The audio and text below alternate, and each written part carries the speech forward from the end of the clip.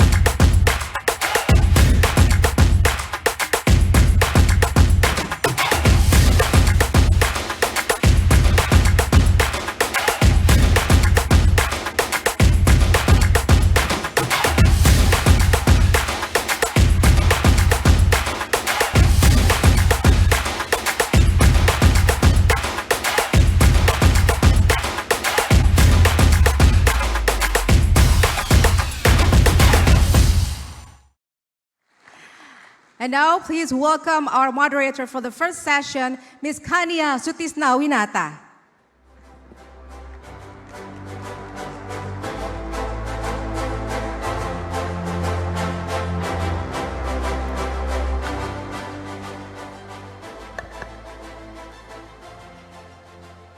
Hello, everyone. A very good afternoon. Let me introduce myself. My name is Kania Sutisnawinata, and I will be your moderator for this very exciting first panel. It is the utmost pleasure to be here. A very warm welcome, of course, and greetings from the Islands of God, Bali, Indonesia. But first and foremost, ladies and gentlemen, let us welcome our distinguished speakers to please join me on stage. We have the Minister of State-Owned Enterprises of the Republic of Indonesia, His Excellency, Mr. Erick Thohir. And former British Prime Minister, His Excellency, Mr. Tony Blair. Please welcome.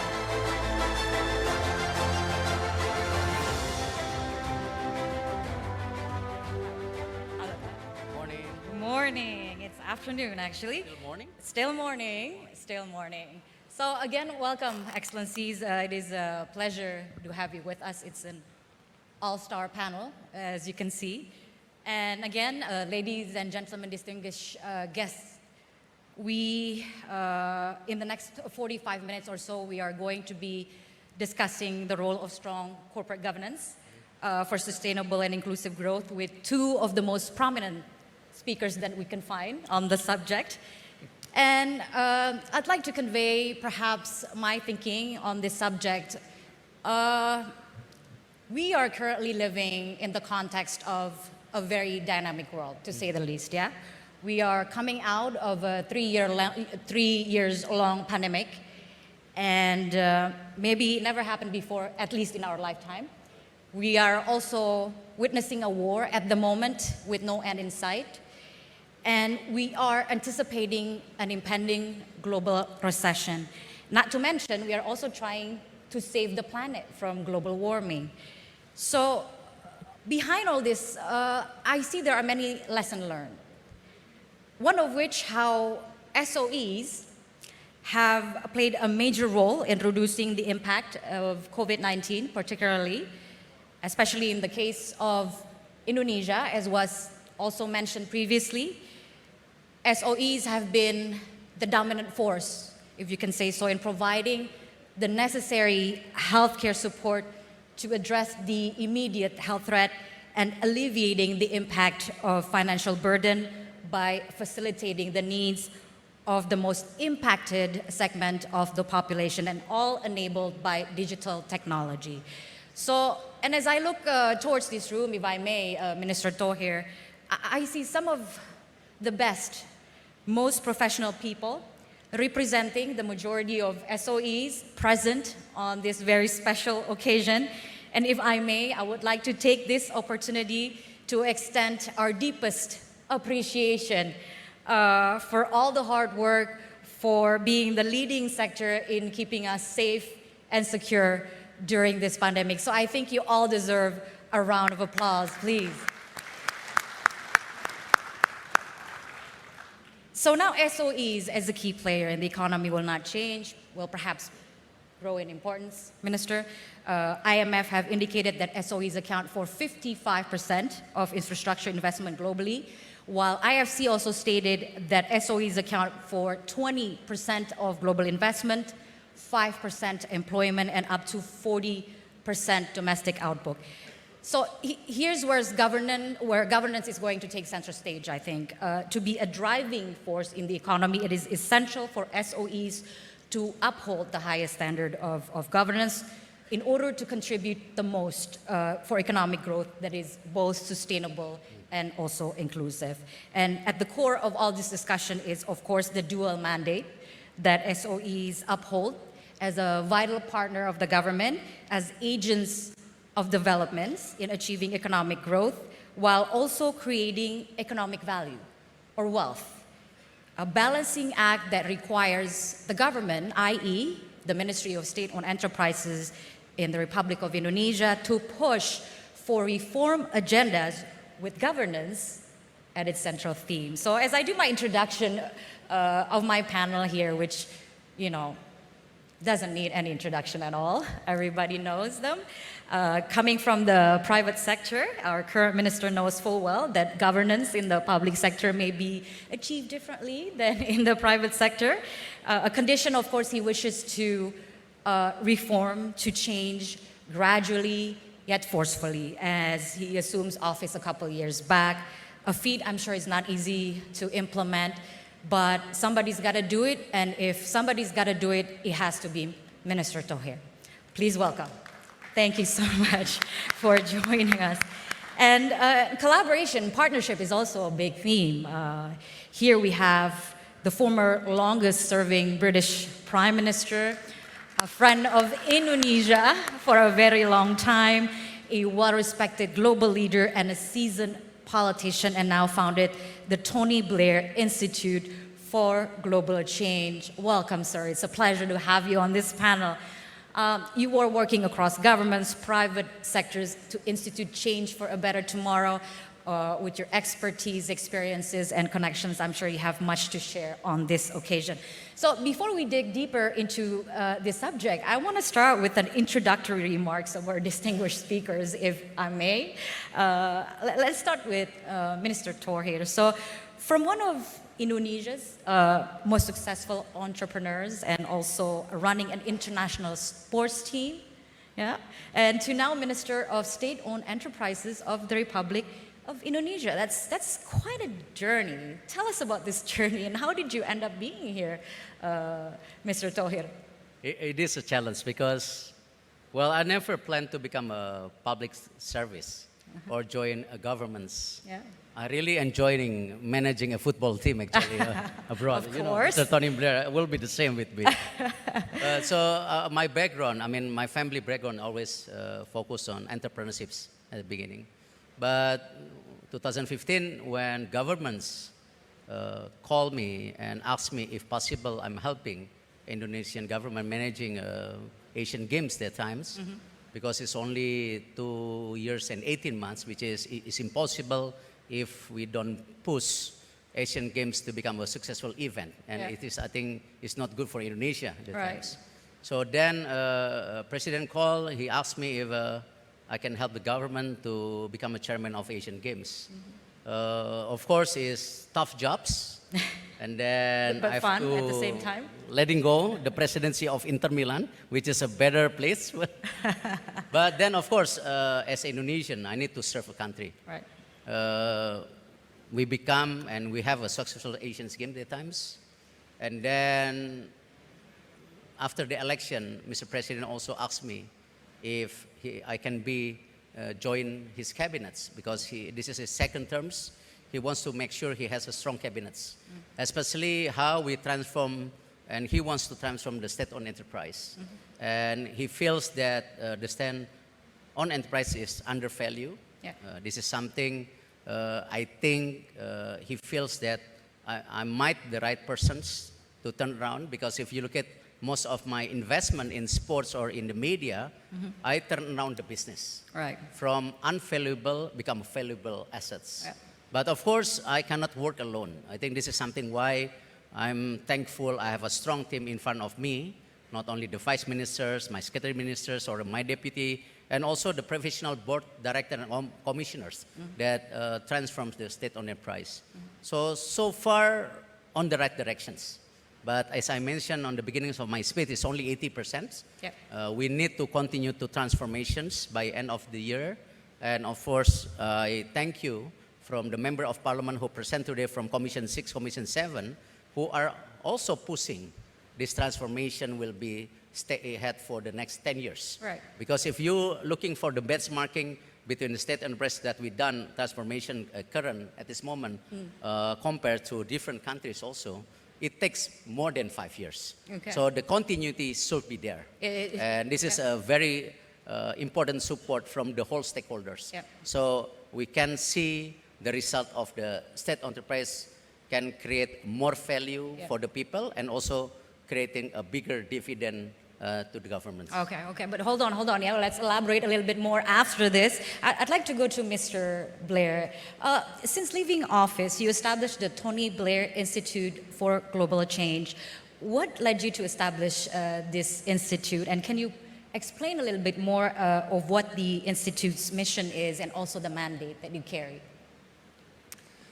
First of all, thank you very much for having me to the SOE conference. It's a great honor and pleasure to be with Minister Eric, someone for whom I have great respect, and to congratulate him and all the team in the state-owned enterprises for the progress they've made, which Palahut was just explaining. So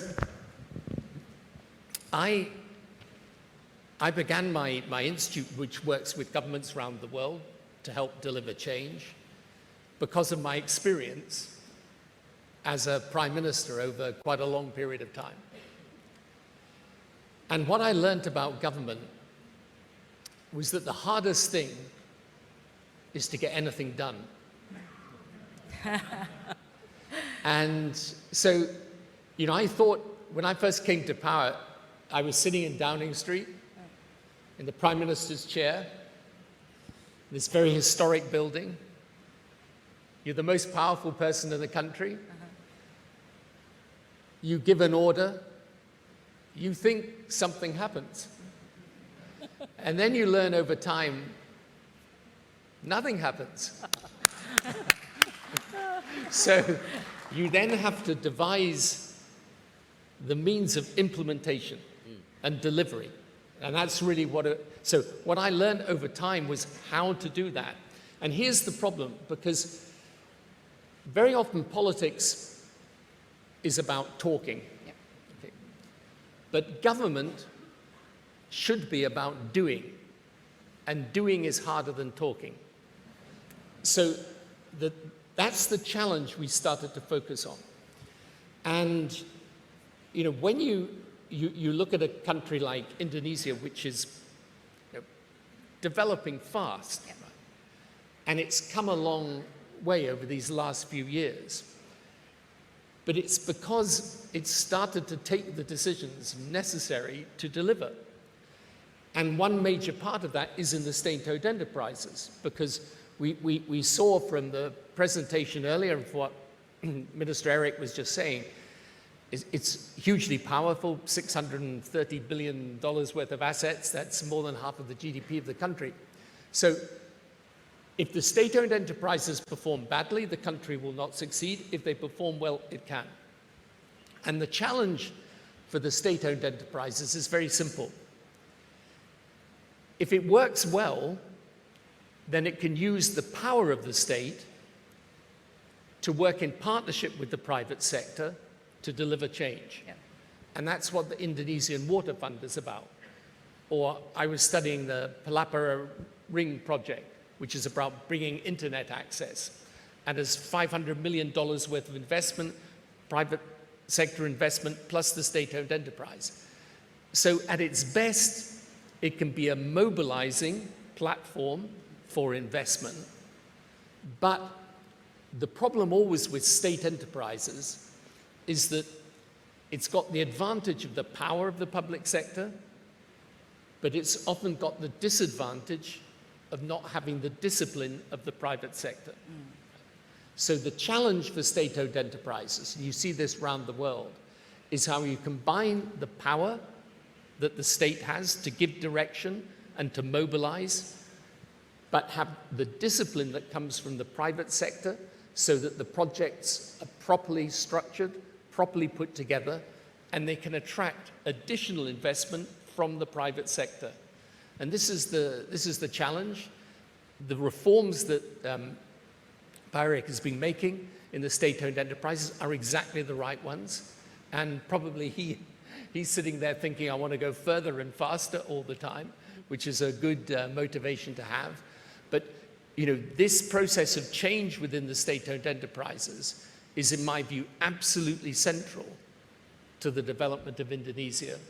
If the state-owned enterprise sector succeeds, Indonesia will succeed. And if it doesn't, then Indonesia will be held back. So this is the absolutely crucial importance, and it's the job of partners like my institute to try and do everything we can to help that process of change. Okay. So when we talk about the challenges, as was mentioned earlier by Mr. Blair, maybe Mr. Torre has the right formula. As we all know, SOEs in Indonesia, have been quite instrumental during this pandemic, COVID-19, not only in containing the impact of COVID-19 in the health sector aspect, but also providing financial support as well in the financial economic recovery. So this is in line with the government's objective. But yet at the same time, you also mentioned that SOEs needs to serve as value creator as well, commercial objectives. So how would you balance these two mandates? And I'm sure it's quite a challenge, but maybe perhaps you found the right formula. And then how would you identify where are the areas of reform that has made the most progress so far? Yeah, so number one, of course, thank you, Mr. Tony Blair. That's why that is quite the endorsement, right? I admire him because what he's done with the countries. And if you look at notice, Kanya, our suit is similar color, and also the tie. Oh, yeah. Wow. Not the socks, though. Yeah. So thank you, Mr. Tony, that you're helping also the transformation of state enterprise.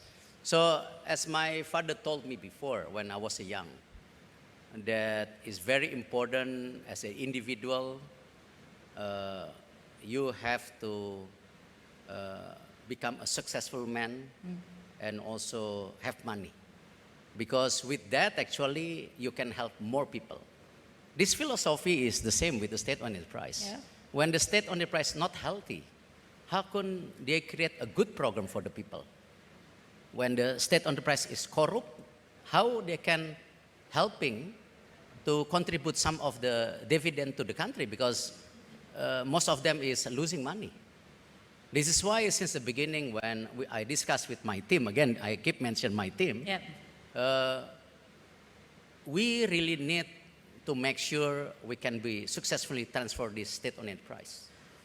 By a big number of the state enterprise doesn't mean it shows it's a healthy one. If you look at the data, we've been reducing the number of state-owned from 108 to 41. And if you look at the company who giving dividends, now it's increased from 11 to 20 companies. So it's mean now 50% can create dividends. So because of the state enterprise is healthy, then this is a time that state enterprises can create more value to the people. For example, what we've done today with a water fund. Yeah. We do understand government have limited budget, especially after COVID. Now, government also giving a big subsidized money for the energy, 500 trillion, the number you'll not imagine. This is why then me and my team decide, hey, look at there is a way that we can help our people too by creating a B2B partnerships. And we have actually models that Dana Reksa ran before in Lamongan and Isubang that through building a clean water ecosystem that time, then we can carbon copy to the other 40 regions that we feel there's an opportunity. Of course, we cannot settle all the issues, but at least we are there. We contribute and helping the countries. This is why this water farm coming up today. The same thing, if you look at the situation on our healthcare systems, 2 million Indonesia abroad, go abroad to have a healthcare check-up or service. So basically it's been what, 6 billion US dollar go to different countries. Again, we blame different countries or we blame our healthcare system? Cannot. But this is why we have a way to interventions on the healthcare system of Indonesia. This is why we consolidated the healthcare system in Indonesia. If you look at what Pak Luhut mentions in the last couple of days, we successfully right now introduce our own vaccine.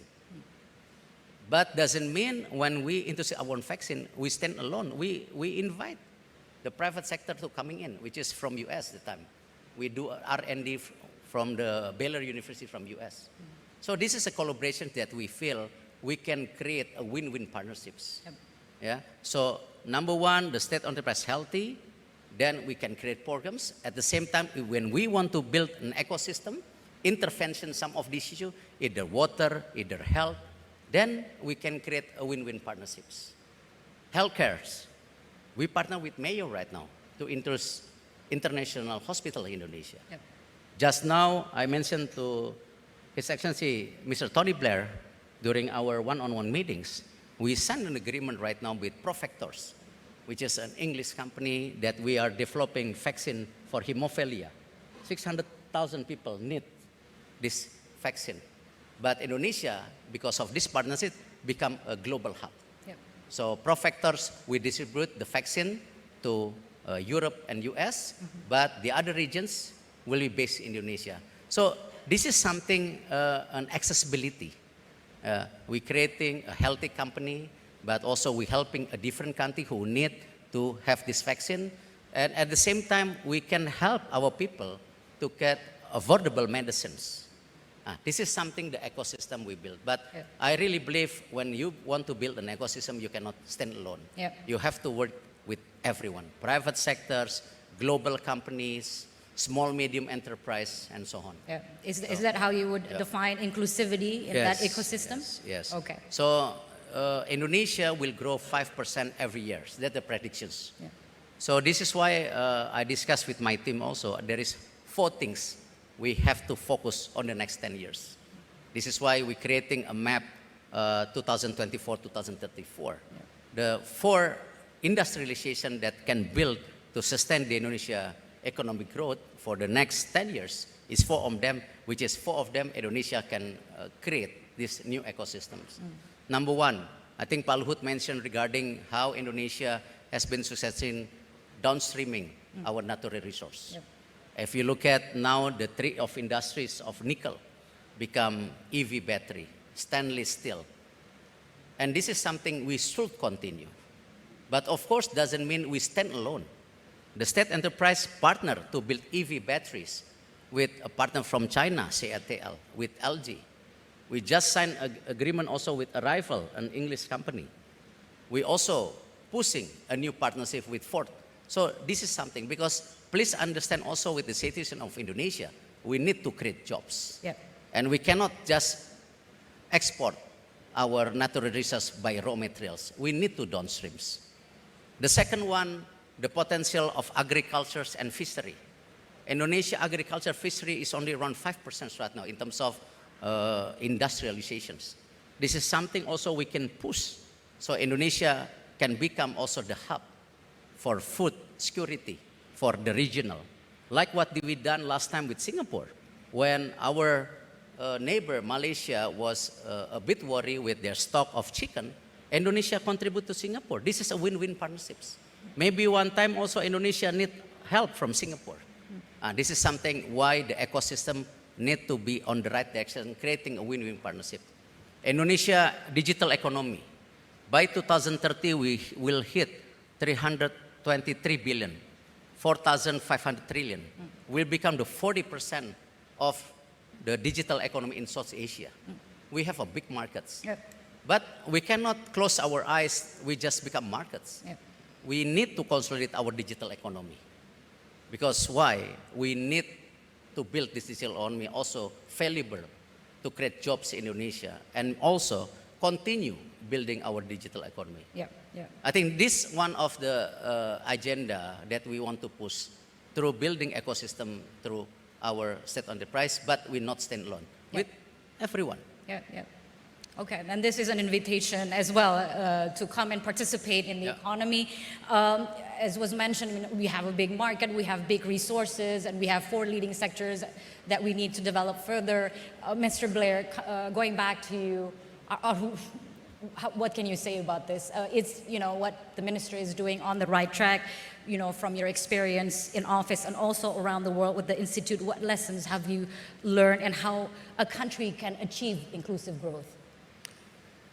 I think what Minister Eric has just outlined, these are obviously absolutely essential elements of it, particularly making sure that you can extract the maximum amount of value out of your commodities. I think I'd add a few other things which I noticed from around the world. And by the way, one of the interesting things about the world today, and this is why my institute focuses on government, is that you can really see the lessons from what works and what doesn't. As I say, the hardest thing is doing it, but actually knowing what you should do is reasonably easy to identify if you look around the world and you see the countries that have succeeded and those that have failed. And I would add, in addition to what Paresh just said,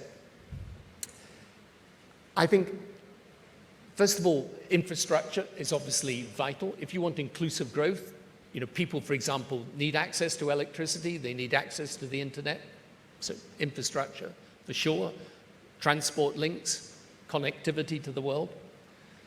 Secondly, I would put enormous emphasis on education. The thing today is that the world is changing so fast, and the internet has opened up so many possibilities.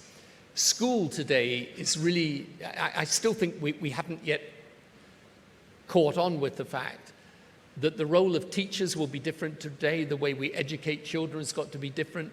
We need young people to be open-minded, to be creative, to be able to think through problems. It's not just as it was in my day. You learn the exam, how to pass the exam, you learn all the facts. I can still recite to you all the kings and queens of England, right, going back over several centuries. It's never been a lot of use to me, to be absolutely frank. But today, the way we educate children has got to change. So education, massively important. Thirdly, the role of women. Right. If you don't make use of all your human capital, then you aren't going to be successful. This is why, for example, in the leadership of the state-owned enterprises, 25% women, 10% youth. These are important goals because they're saying something about the country. And then the final thing I would say is today, this is one of the things my institute concentrates on, is this digitization. We are living through a technology revolution that is every bit as significant as the 19th century industrial revolution, and possibly more so. And it's going to change everything. When we were just going around the conference center, and you just look at, for example, something that is in its infancy, which is the metaverse, and how it might be used. Now you get a lot of different views as to how it's going to develop. But the one thing you can be sure of is that every single part of our lives is going to be disrupted by technology. Yeah. And therefore, having the capacity to utilize new technology is going to be one of the most important things that government can do, because in the end that will also improve inclusive growth. So if you want to open up opportunity for more people, it's got to be with the infrastructure, that gives them access, with the education that prepares their mind, with the equality, which means all people in society participate, and with the ability to access the advantages of this technology revolution. So I think these are, again, looking around the world today, these are the things that are really driving change. And Indonesia, in each of these areas, by the way, has its challenges, but it's also made substantial progress, and it could be a leader in many of these fields. It's got the size of population and the resources to do it. Yeah. Thank you for mentioning the role of women, Mr. Blair. But as you mentioned, technology is indeed a game changer. But let's dive deeper into the relationship between the public and the private sector. You know, with all its complexities, SOEs will remain a key player in the national and also international economic activities. Yet, as a former entrepreneur, I'd like to highlight that I'm sure you can also appreciate the role of the private sector in the economy. So now going forward, how can we find the right balance in between these two, not as competing forces, but perhaps as collaborative forces so as to create an equitable economy for all stakeholders, rather than SOEs crowding out maybe the private sector? And how do you think these two sectors can affect each other in governance and also other aspects as well? Yeah. So, Mr. Tony Blair mentions that the private sectors have more agility. I mean, they're more agile, which is compared to us in the state enterprise. But like or dislike, the state enterprise, they have muscle. They have the infrastructures. I mean, for example, if our point of view that the state enterprise that we're running today, we have to monopolize everything, we can. But this is a solution for the country? I don't think so. We cannot monopoly everything. This is why we restructuring with transformation, the number of state enterprise from 108 to 41, because there is a reasons that we want to consolidate it, that some of the role of the state enterprise can be present, not everything. The state enterprise, the small medium company, should be part of the growing economy of Indonesia. If you look at the number of small medium enterprise in Indonesia, is around 65.4 million, which is and they are creating 97% of jobs. And where they place? This is why in the last 3 years, me and both for my ministers here are really pushing how we give a solution for small medium enterprise. They have to be part of the ecosystem we build together, because they are the front end. 65% of Indonesian economy also based on them in terms of growth. This is something we have to be there. One of the issues with them also with finance. Yep. But only finance is solution with them? No. We have to accompany them. We need to become the solutions. For example, one of the program we create between the state and private with our farmers, what we call Makmur. So our farmers right now, they not get easy access for a loan. So this is why most of our bank right now, we are trying to help the farmers. But the funding is enough? No. They need a good fertilizer. They need the right seeds, because otherwise, when the agriculture grows up, the quality is not there. Yeah. They also need insurance. This is why we provide them insurance if the farmers not successful on the producing the agriculture they do it. So this is something. And if we can be an off-taker for them, this is even better. So we done this project. I think right now the number is 250,000 hectares. And we become the off-taker for palm oil and sugars. But on the corn and rice, we partner with private sectors too, because we don't have that ecosystem in the markets. The private sector have supermarkets. They have more arms, more things. This is why we ask them to be part of the ecosystem, to give solutions. So it's a win-win. Yeah. In different scale. I mentioned when we want to build our digital economy. We've been partnered with Singapore, Singtel, for many years. But this is why we push this partnership to become a win-win solution for the two countries. What we need to build, because this is the number of digital economy we targeting, we need to be aggressive investing in our digital economy. Yeah. This is something that with Singapore. Same thing right now. We partner with UAE, with some of our port. This is a successful issue. Yeah. That we can create a better port companies, so we can reduce our logistic costs. Our partnership with India, with GMR, managing our airports in Sumatera Utara. Simple. We want to create more traffic because there is something that Indonesia and India can build, the south and south trade. And if you look at the trade balance between Indonesia and India, in Indonesia is surplus by 8 billion. So it's something that we need to partner with India in many things. So this is something that the partnership have to be there. Yeah. State enterprise cannot monopoly everything, but we have a muscle to consolidate and create a good ecosystem for everyone. Yeah, yeah, yeah. And how do they affect each other in terms of governance? So far, okay, as long as we make money. So far, okay, as long as you make money. If we don't make money, then there's problems. Okay. It's only concepts then. Okay. Because like I mentioned, the government needs money. Yeah. Yeah, we need to contribute more money to the governments. Right. Yeah, because the government need to create a program for the peoples. Yeah, this is Okay. why at the beginning, it's very important to create a healthy state-owned enterprise. Okay, that's the message, right? So going back to Mr. Blair again, you know, as Prime Minister of a country that is perhaps further along the development path as Indonesia is right now, did you find an approach, you know, to like calibrate the balance between encouraging a harmonious relationship between the private sector and the public sector? Yeah, I think there is a way of doing this productively. And Minister Eric just mentioned two important things. First of all, small and medium-sized business. I don't think any country succeeds today unless you have an environment in which people can start businesses, feel they can grow them, feel they can succeed. This is why, by the way, a good business environment, rule of law, is also very important. And secondly, he mentioned the role of partnerships and the openness to ideas from wherever they come.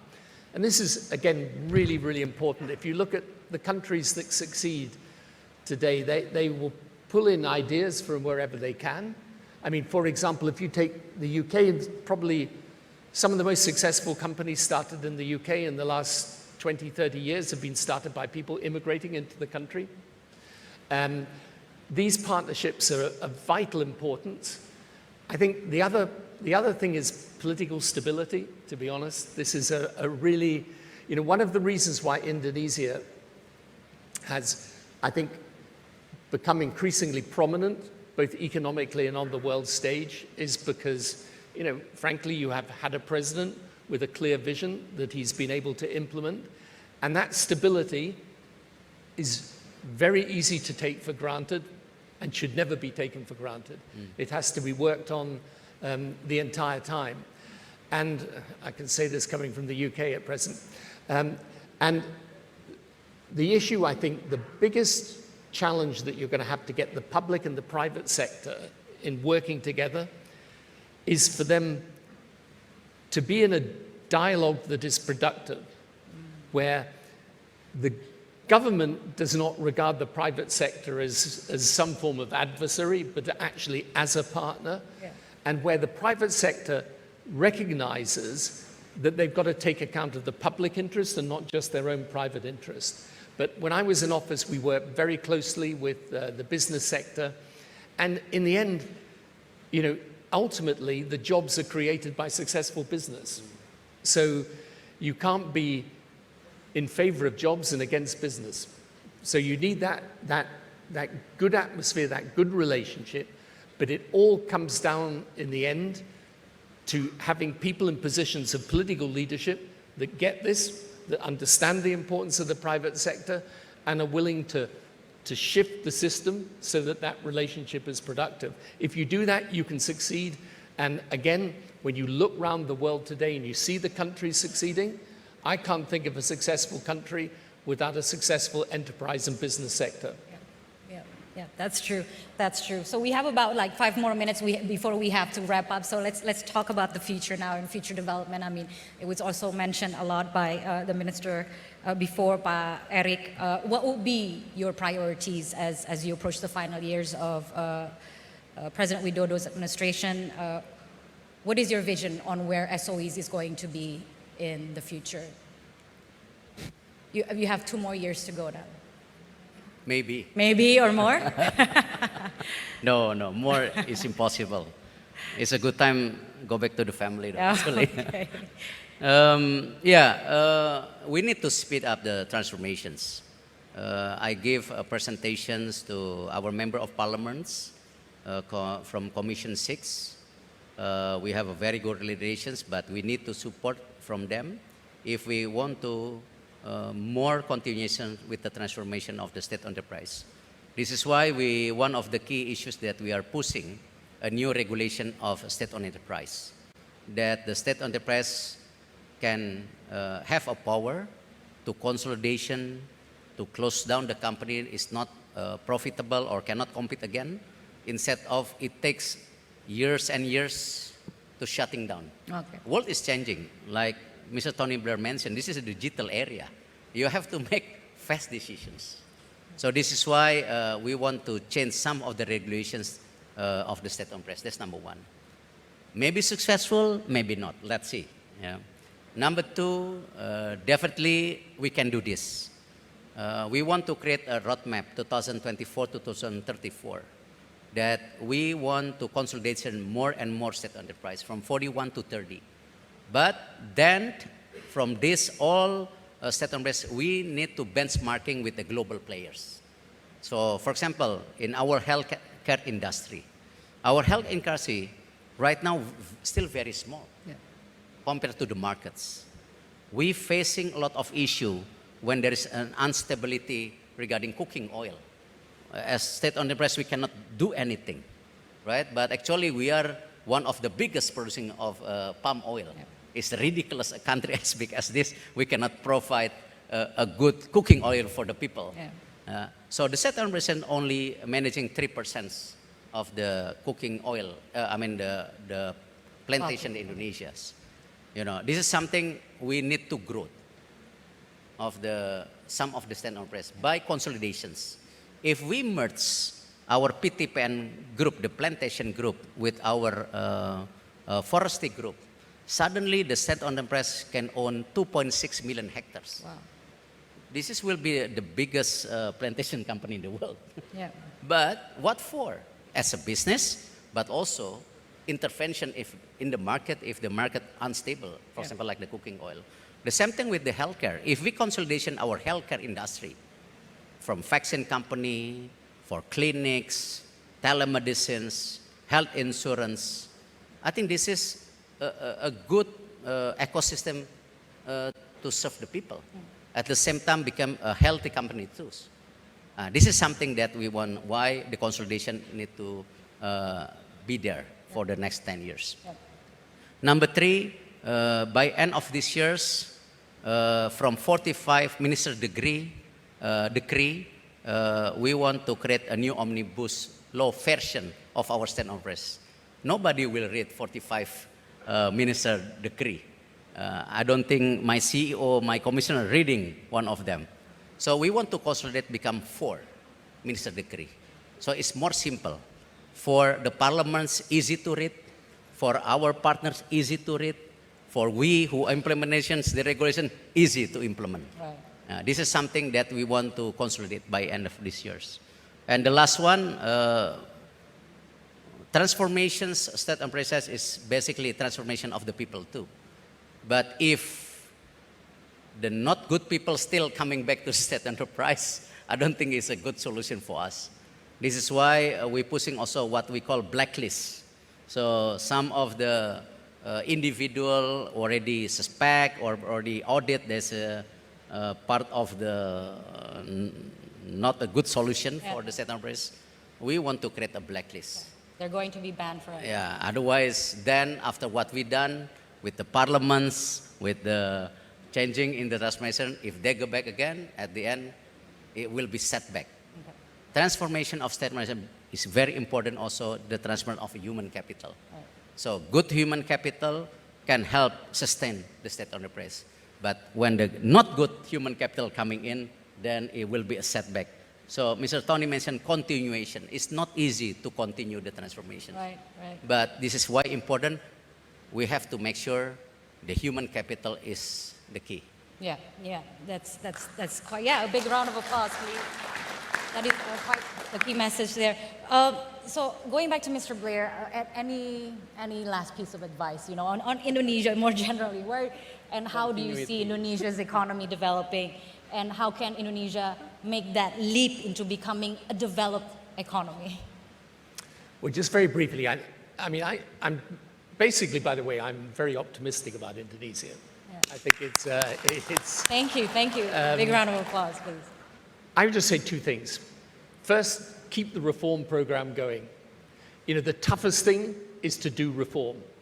And what I learned about reform in government is when you propose change, people tell you it's a bad idea. When you're doing it, it's hell. After you've done it, you wish you'd done more of it. Okay? And so just keep that reform program going, the types of things the Minister Eric's been talking about. And then secondly, I just want to return to this point. Countries change when there's the right policy pursued over a sustained period of time. And what you need, you can't change a country in 5 years. It's hard to change it in 10. You need 15, 20 years of sustained, continuous core policy that's the right policy. Can go through changes of administration, but it's still got to have that basic, sustainable, good strategic change happening. And my single biggest hope for Indonesia is that that strong and strategic leadership that's been shown in these last few years is continued over the next decade and more, because it needs it, and if it does it, it will be the fourth largest economy in the world, and it will take its rightful place as one of the leading nations of the world. Very well. Ladies and gentlemen, the Minister of State-Owned Enterprises of the Republic of Indonesia, His Excellency Mr. Erick Thohir, and former British Prime Minister Mr. Tony Blair. Thank you so much for joining us, and thank you for that insightful discussion. Let me hand back to the MC. Thank you, moderator, and all speakers. Please remain on stage for our next program, which is presentation of special token of appreciation. Pa Erick, please remain on stage. We will now present the token of appreciation, which will be, an exclusive photo session, everyone, please. Okay. Am I allowed to do that? But first, you need to present the token of appreciation to Mr. Tony Blair, the former Prime Minister of the United Kingdom.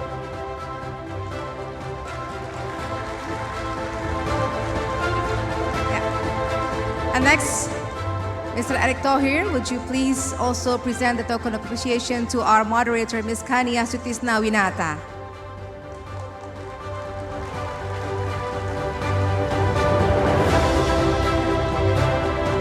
Thank you very much.